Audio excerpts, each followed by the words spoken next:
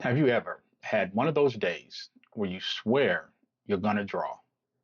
You've got your sketchbook, your pen, your good intentions, and then bam, you wake up from a social media trance and realize 40 minutes have passed, and the only thing you've drawn is a thumbprint on your phone screen. Maybe you tell yourself, tomorrow I'll really do it, or I just need to find the perfect tutorial first. Or my personal favorite, let me check out just one more Proco video. Sound familiar? That's not laziness. That's not a lack of talent. That's your brain doing exactly what it's designed to do. Keep you safe. But here's the problem. Safety and growth don't mix.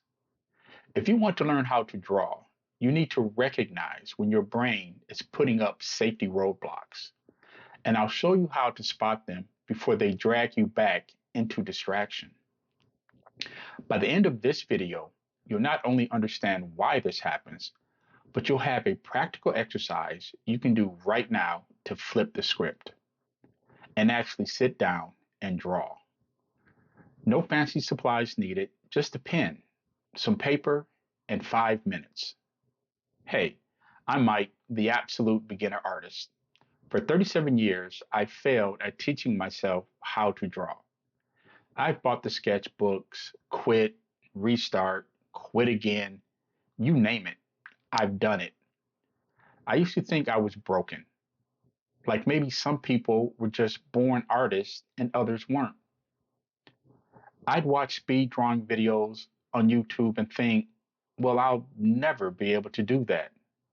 But now I'm finally figuring out the real reason behind the quit restart cycle. It's not talent. It's not motivation. It's not even time. It's my brain and yours too. Remember those old cartoons where you've got a little angel on one shoulder and a demon on the other? That's exactly what's happening every time you sit down to draw. The angel says, come on, just practice for 20 minutes. You'll feel proud of yourself after. Remember how good it felt the last time you actually drew something? The demon says, you're tired. Just check your phone real quick. Scroll. You've had a long day. Besides, you probably won't draw anything good anyway. And here's the kicker. The demon isn't actually evil. It's not trying to sabotage your dreams. It's just your brain trying to protect you from discomfort. Because to your brain, discomfort equals danger. And putting a shaky line on paper that looks nothing like what you imagined, yeah, that feels uncomfortable. Here's what science says. That little voice saying, this doesn't look right, triggers the same alarm system as physical danger. So your brain steps in with a sneaky little deal. Let's just do something easy instead, like scrolling. You know, you're really good at that. Here's what's really going on. Your brain is wired to conserve energy. Drawing, especially as a beginner, burns serious mental energy. You're focusing, making micro decisions, correcting mistakes, judging your work. It's intensive cognitive work. Scrolling, that's autopilot. Dopamine hits, zero risk, zero effort. Your brain knows exactly what to expect. But drawing, your brain sees it as unpredictable. What if we mess up? What if it looks bad? What if we feel frustrated? So it offers you an escape route disguised as a reasonable excuse. You should research drawing techniques first. Maybe clean your workspace. Just 5 minutes of Instagram to make yourself laugh and relax a little. So when you choose to draw, you're asking your brain to do something it thinks is unsafe.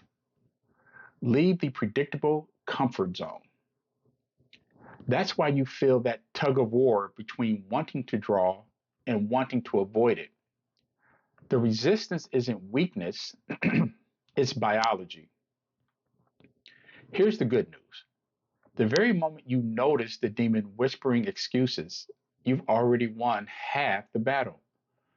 Most people never see it happening, they just lose time. They sit down and draw and somehow end up reorganizing their desktop or reading art tutorials for an hour without touching a pencil. But if you can pause and say,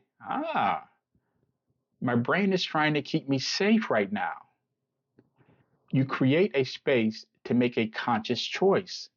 And choice is power. You're not fighting against some mysterious force anymore.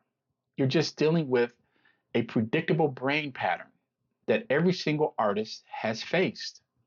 Even the masters dealt with this. It's not about fighting the demon or silencing the angel. It's about recognizing that both voices are just signals. Your brain's job to keep you comfortable.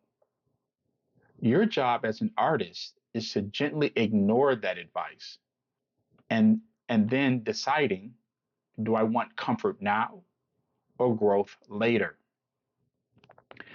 Here's a simple way to outsmart the safety reflex. Make the first step so small, your brain can't argue with it. Instead of saying, I'm going to draw for an hour, tell yourself, I'm going to draw one line. That's it, one line.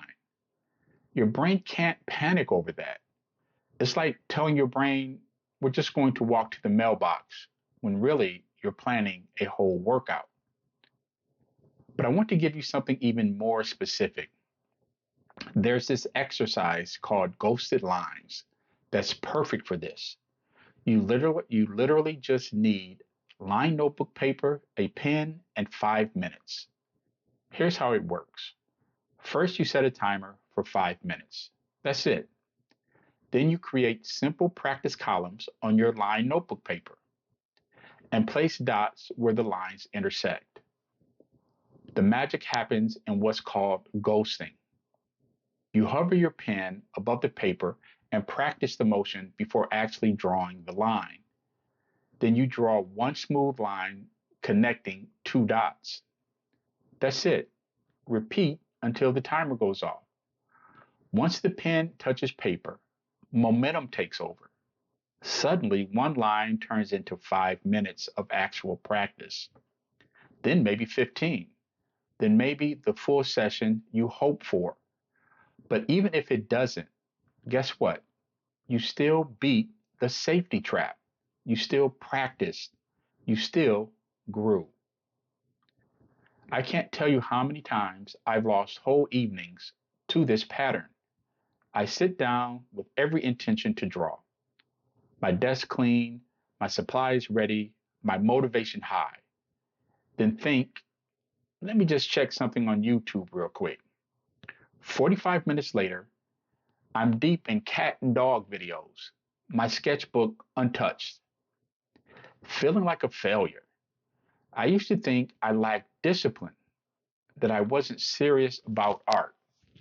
But the day I started noticing the demon whispering in my ear, everything changed. I could finally laugh at it. Oh, I see what you're doing, brain. You're trying to keep me comfortable. Nice try, but I'm going to draw one line anyway. That little awareness, just naming what was happening, made it so much easier to pick up the pen. Not because the resistance disappeared, but because I stopped taking it personally. Let me walk you through that ghosted line exercise I mentioned, because this is going to be your secret weapon against the safety reflex. Grab some lined notebook paper, a pen or pencil, and some kind of timer. Set your timer for 5 minutes. Excuse me. Draw three light vertical lines to create columns about 2 inches wide. Then place dots where your vertical lines cross the horizontal notebook lines. Now, here's the key part. Before you draw any line, hover your pen just above the paper and practice the motion of drawing a straight line several times. This is the ghosting. Your hand learns the movement without any commitment or risk. When you feel ready, gently glide the pencil down onto the first dot and draw one smooth, steady line to the second dot. Don't stop in the middle, don't correct it, just commit to the stroke. Move to the next line, ghost above it, then draw. Repeat until your timer goes off or you fill the entire page. This exercise is perfect because it's so simple, your brain can't find reasons to avoid it. But it's also real drawing practice. You're building the foundational skill that every drawing requires: controlled, steady lines. So here's the takeaway: your brain isn't your enemy, it's just trying to keep you comfortable. But art isn't about comfort, it's about growth. And every time you recognize that tug of war and choose to put pen to paper anyway, you're literally rewiring your brain to be on your side. You don't need perfect drawings. You don't need hours of time. You don't need expensive supplies or years of training. You just need to win the small battles against safety, one ghosted line at a time. Because those little wins, they add up. They build confidence. They teach your brain that drawing isn't dangerous. It's just different. And different becomes familiar with practice. And they turn beginner artists, I'm sorry, they turn beginners into artists. The best part, tomorrow when the demon whispers, maybe later, you'll have evidence that you can do this because you already did. Now, I would love to hear from you. Drop this in the comments. I see the demon. Because the first step to beating the safety reflex is reorganizing, is, I'm sorry, because the first step to beating the safety reflex is recognizing when it shows up. And if you can see it, you can beat it. If you tried the ghosted line exercises, let me know how it goes. Did 5 minutes turn into more? Or was 5 minutes just enough? Both answers are perfect. You're building the habit either way. Until the next video, take care of yourselves and deny the safety reflex.